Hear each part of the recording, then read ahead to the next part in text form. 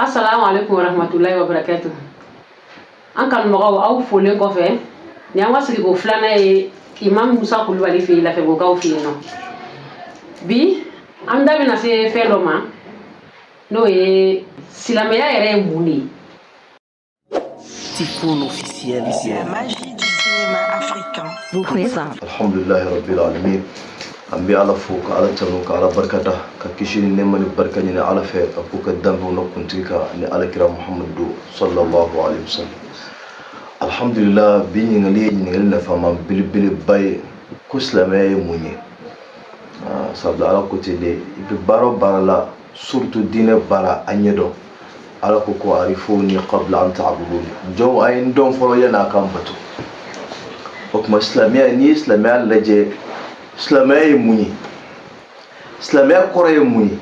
Silamɛya yɛrɛ bɛ dɔn cogo di? Silamɛya yɛrɛ ka lahala ye mun ye? Silamɛya yɛrɛ ka cogo ye mun ye? Ni Alahu Taala sɔnna darisu bɛna boli o waladaw de kan. Ala ka fanga ɲuman d'an bɛɛ lajɛlen ma. N'i ko ko al-muslim silamɛ, silamɛya kɔrɔ de al-istislamu lillah wa inqiyadu lah. Silamɛ kɔrɔ ye maa min yɛrɛ kolo Ala ye, k'i yɛrɛ majigi Ala ye, k'i yɛrɛ bila Ala ka bolo kan. Ala i mana fɔ n ka fɛn fɛn kɛ n pɛrɛnnen don a kɛli kama, a b'o tigi de ma ko silamɛ. Silamɛ bɛɛ pɛrɛnnen don Ala ka fɔ nin kɛ dɔrɔn a b'a kɛ.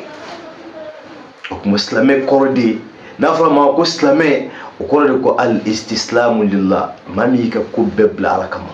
I yɛrɛ bila Ala ka disposition na, na Ala mɔgɔ siri ma tuma o tuma i pɛrɛnnen b'a kɛli kama. O tuma silamɛ n'i ye nin dɔn k'a fɔ ne tɔgɔ ko n ye silamɛ ye, Ala ko mana na waati o waati, Ala mɔgɔ mana se ne ma waati o waati, ne pɛrɛnnen bɛ k'a kɛ, aw de ye silamɛ ye. O tuma n'i ye silamɛya lajɛ, jɔsenw b'a la, baaraw b'a la. Wa silamɛya jɔlen bɛ pied belebeleba 5 kan. O ye a bɛ fɔ o ma ko arkanul islam, silamɛya jɔsenw. Silamɛ bɛ da nin bɛɛ la. Ne maa ko n da dɔ la nka nin bɛ yen ne ma da o la walima n ma sɔn o ma, i ka silamɛya ma ɲa. O silamɛya jɔsen 5 silamɛ dalen b'u bɛɛ lajɛlen na. O de y'a to Jibirila delila ka Alakira ɲininka ko ma huwal islam, ko silamɛya ye mun ye? A ye jɔsen 5 de fɔ a ye. O kuma ka kan silamɛ bɛɛ ka nin dɔn. A ka kan mumini bɛɛ ka nin dɔn.